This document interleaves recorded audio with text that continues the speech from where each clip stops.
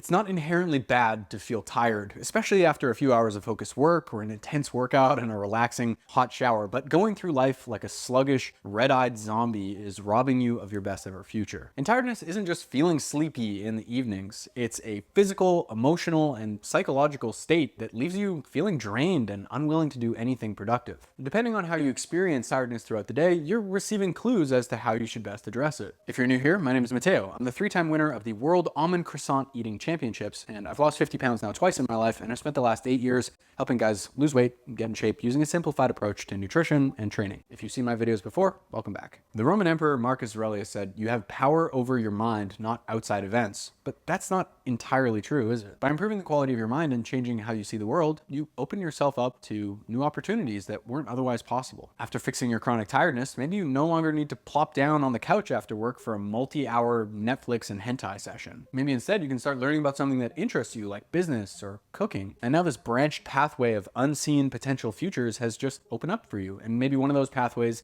leads you to meeting someone that you love, or maybe one of those pathways leads you to starting the business that you're really passionate about. When you change yourself, you change the world. I heard it said recently that the most important part of the board game is your game piece. So how can you break that cycle of chronic tiredness and get back your daily energy? It all starts by giving up the war you're fighting against your body. Your body will give you everything you need to feel energized and productive throughout the day, but not until you give it the required care and stop interrupting its natural processes. By getting a sufficient amount of high quality sleep each night, you're allowing your body to enter its most deeply restorative state. It's almost exactly like how you plug your phone in overnight and it charges the battery and does its overnight updates. If you're regularly feeling sleepy throughout the day, it's worth experimenting with extending your overall time spent in bed. Adding an extra hour under the covers each night could be all it really takes to get you feeling your best again. While you might only need 6 hours of sleep, it might take you 30 minutes to actually fall asleep. And that's why going to bed at midnight and getting up at 6 a.m. just hasn't been cutting it for you. Some folks need more sleep, some folks need less sleep, so you'll have to experiment around and find out what works best for you. But what should you do if you have trouble falling asleep? Try taking 3 milligrams of melatonin 45 minutes before bed, and then having a nice hot shower and engaging in some relaxing, screen-free activity before bed, whether that's sitting, relaxing, taking some deep breaths, or reading a book, or whatever works for you. If you can stick with this routine for at least a week, your body will start to etch that routine into your brain,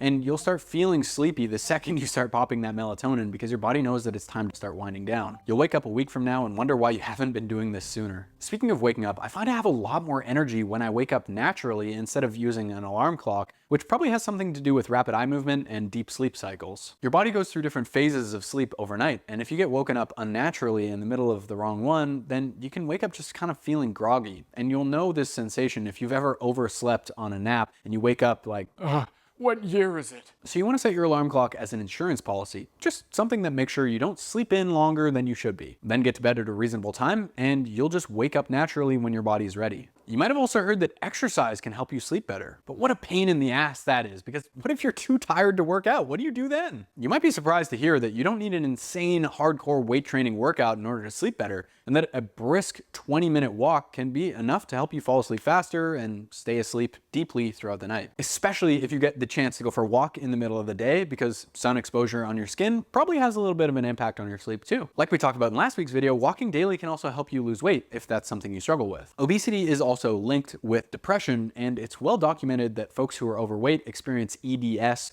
or excessive daytime sleepiness, more often than people who are at a normal weight. So if that's you, then there's a fun reason for you to start losing weight. If you want help with that, go check out Body Recomp 101. It's my free guide to losing fat while building muscle at the same time. It even includes a weight loss calculator that'll spit out a 6-month plan for which weight milestones you should aim to hit by when, and you can check that out for free. First link in the description box. But do you ever find yourself getting the afternoon sleepies around 1 to 3 p.m.? There are 2 things you can do about that afternoon crash, and 3 if you're lucky. The first is managing your diet better. If you smash a huge lunch an hour or 2 right before you get really sleepy in the afternoon, then that's part of the problem. That food coma, or postprandial somnolence, happens to basically everyone. Your body's entering a restorative and digestive state, which causes your brain to produce hormones that make you sleepy. This is going to hit especially hard if your diet is mostly processed foods like Twinkies and pizza pockets. So make sure that your plate has some colorful stuff on it. Lots of fruit, veggies, whole grains, and lean protein. Those foods also help to slow the digestion process, which means that you'll get a more gradual release of energy over the next few hours. When large meals hit your stomach and your small intestine, it signals to your body to increase the activity of your parasympathetic nervous system, which is the rest and digest mode mode of your body, and it decreases the levels of your sympathetic nervous system, which is kind of the fight or flight responses. You can think of those two systems like a shopping mall that has a day shift and a night shift. The day shift has all the stores open for business, the lights are on, there's music playing, and there's people at the customer service desk. During the night shift, everything is turned off, all the businesses are closed, and there's just a small team of security guards walking around the premises, and the janitorial team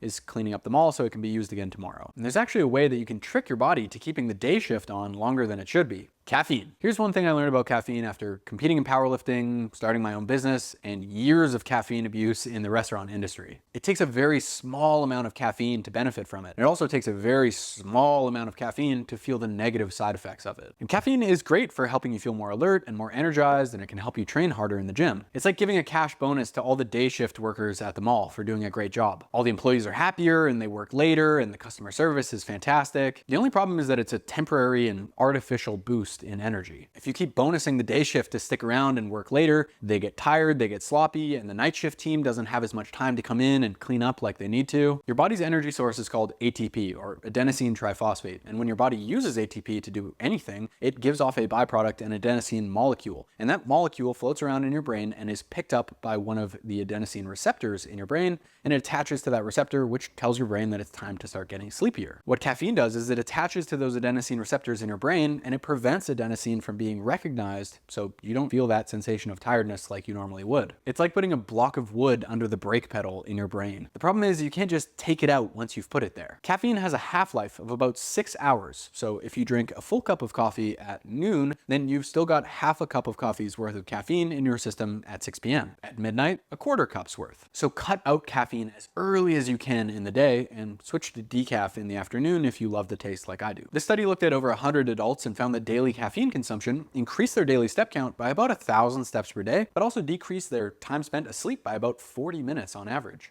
I highly recommend reading this article by Eric Trexler on the pros and cons of caffeine use if you're interested in this stuff. And if you're blessed with a flexible schedule, then an afternoon nap when you start getting that crash could be just what the doctor ordered. But what if you have your sleep, your workouts, and your nutrition in order, but you're still just feeling drained and tired all the time? Medical disclaimer here, if you're seriously concerned about your sleepiness and your fatigue, even after starting to implement some basic lifestyle improvements and take care of things, then you should probably talk to your doctor about this. But it's useful to think about tiredness as an energy preservation mechanism. That sensation of tiredness can happen after you do a cost-benefit analysis in your mind of any given task. So if you perceive the workload to be very high of something and the payoff to be very low, then you're probably going to feel tired just thinking about doing it. Think back to when you've been in a new relationship and everything is just exciting and fun. You'd stay out late with that person, you'd get up early to go meet them for coffee, and you go out of your way to adjust your routine to do things with them that you wouldn't normally do. But if that person asked you to go out on a date and you just kind of felt meh about them, then you might feel like you were just too tired to go out on that date. Or maybe you feel tired of going to your job or too tired to go to the gym. Is it possible that tiredness is just part of your body telling you what you want to avoid? Maybe you don't hate working. You might just not be enjoying the type of work that you've been doing lately, and you probably don't hate exercise. You might just not enjoy the type of exercise you've been doing. Try learning something new to reignite your passion wherever it's been lacking. I heard a great saying recently, you can only cook what's in the kitchen. You're not going to find better ideas and better ways of living by just continuing to do what you've always done. So expose yourself to videos, books, podcasts, and people that give you fresh perspectives on things.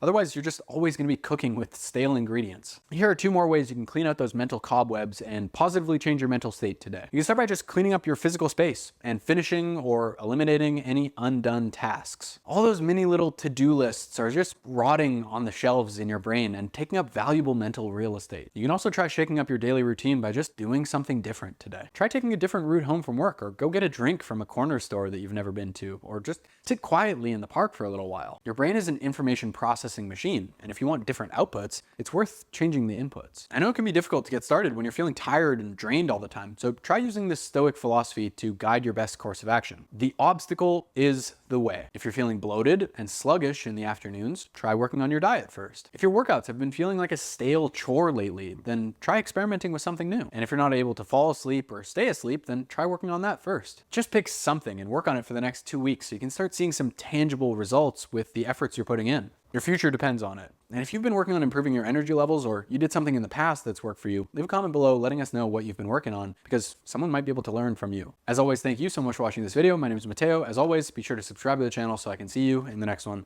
Peace.